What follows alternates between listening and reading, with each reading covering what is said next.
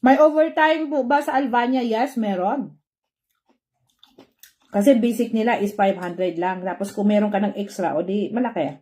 Makasahod lang kayo ng mga 700 to 800. Meron nga akong isang aplikante, ang offer sa kanya ng amo niya is 900. O, diba? So, depende nga sa amo. Walang minimum. No? Kaya nga lang sinasabi ko sa inyo, basic lang yon. No, basic. Pinakamababa lang yon na salary na offer. Pero sa totoo lang, hindi na. Yung iba siguro, may mga amo talaga nagbibigay ng ganun. Pero kung may extra hour ka, nagbibigay rin sila ng extra pay. Huh?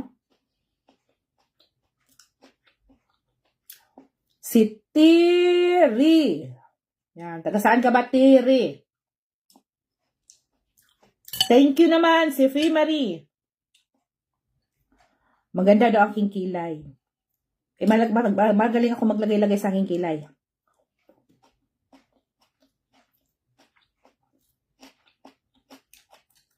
Anissa.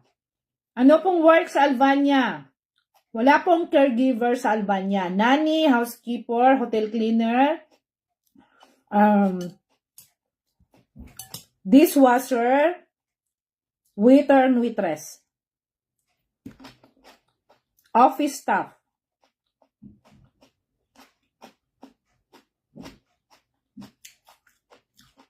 Nasa Mindoro. From Philippines, wala pong papuntang Albania. Okay?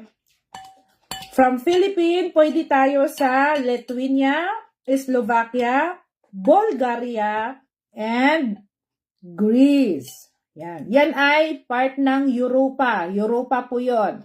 Schengen visa po yon. Ang hiring same, hotel cleaner, waiter, and waitress. Dishwasher. Yun. Same lang. Pero sa Lithuania, hiring natin factory ngayon. Okay?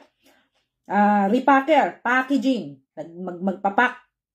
Okay? Yun ang trabaho. Repacker o packaging, pares na yan. Magpapak kayo, lalagay nyo sa kahon yung mga product. Yes, lalaki at babae, bakla, tumboy. May tattoo man, may hikaw man, wala pong discrimination sa Europa. Ma'am, makaabot ba magastos ang 20K? Anong 20K? Sining Himintisa. Saan yung 20K papuntang Hong Kong? Malaki na yan pag ex-abroad ka. Kasi papuntang Hong Kong, medical lang ang kinukuha.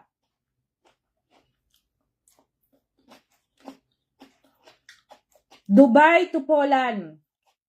Meron, pero sabi ko sa inyo, wag muna kayo mag-Poland. Mahirap ngayon ang process. At saka depende sa'yo, Celine, kung kaya mong maghintay ng 1 year or more. Okay? Kung kaya mo maghintay ng 1 year at kaya mo rin i-provide yung 3,600 USD going to Poland. Yun po ang ating processing fee going to Poland. Yung mga nasa Middle East, nasa Taiwan is 3,600 USD is about more than 200,000.